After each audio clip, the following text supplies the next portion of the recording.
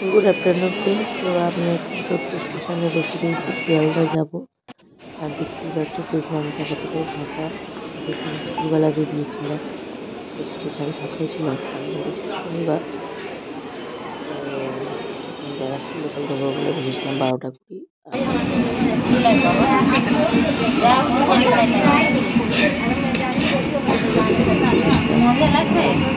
দিকে চলে এসেছি।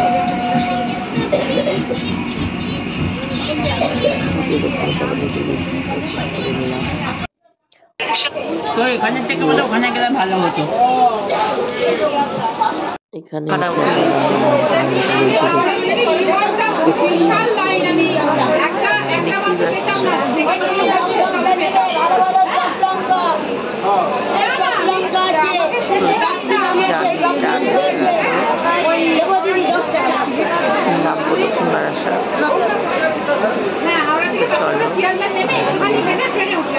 প্রচন্ডই ভিড় আছে,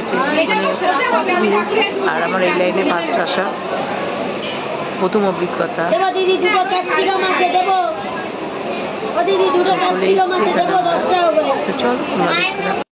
ট্রেনে প্রচন্ড ভিড় ছিল। তারপর আমরা দক্ষিণ বারাসাত স্টেশনে নেমে গেলাম।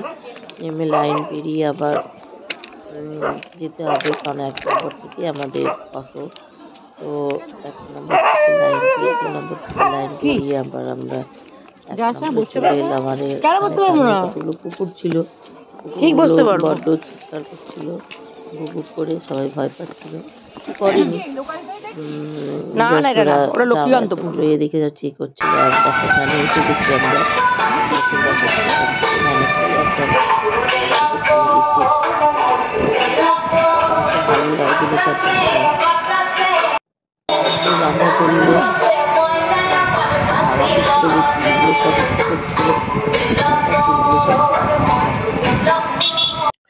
আর এখানে দেখো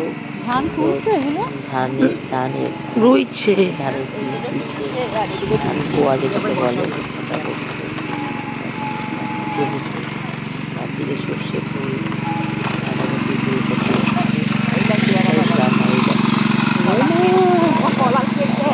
পেয়ারা বাগানে যাবো তো, আবার বলছে কাকুকে দাঁড়াত। সকালে আসতে বলেছিলাম তবে সকালে হবে না। দেখ সকালে হয় না, দেখ সকালে আসলে এখান থেকে আর 3 দিনের বাজার কিনতে হতো না। হ্যাঁ তুই আমি কান্দি করে চলে গেছি। মা কোথায় যাবো? তো যাচ্ছি, ও তো বেরোনোর দেখতে পাচ্ছি না ওকে আমি কোথাও।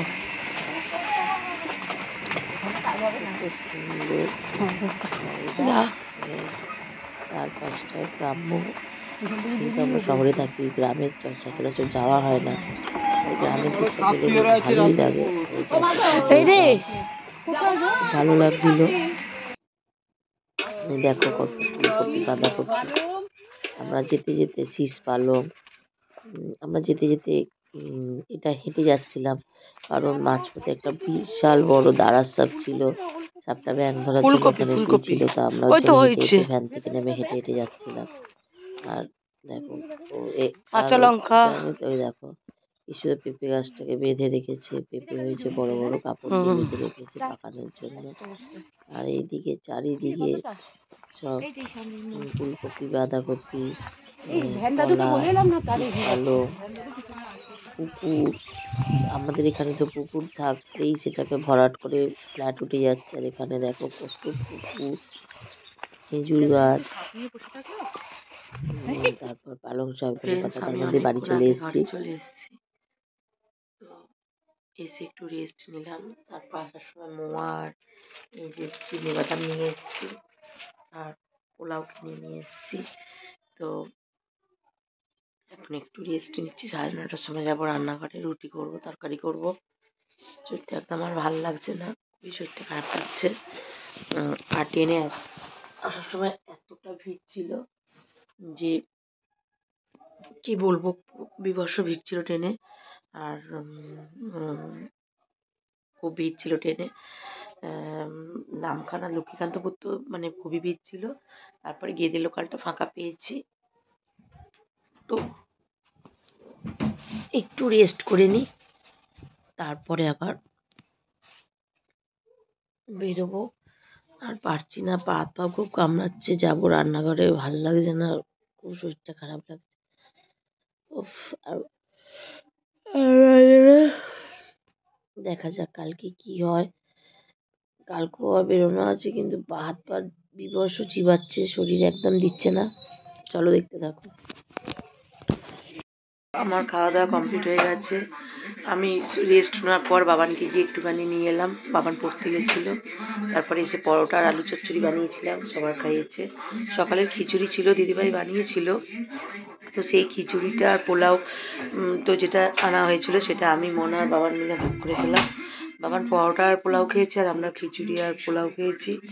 তো এখন এবার আমরা একটু এবার আমি শুয়ে পড়বো, কারণ 11টা বাজে। কারণ হচ্ছে আজকে প্রচণ্ড পরিশ্রম হয়েছে, অত দূর যাওয়া, তারপরে অতক্ষণ দাঁড়িয়ে থাকা, আবার আসা, মানে খুবই পরিশ্রম হয়েছে। কিন্তু যার কাছে গেছিলাম, যে কারণে গেছিলাম, কাজটাও খুব সাকসেসফুল হয়েছে। এবং মানুষ হিসাবে মানুষ এতটাই ভালো হতে পারে,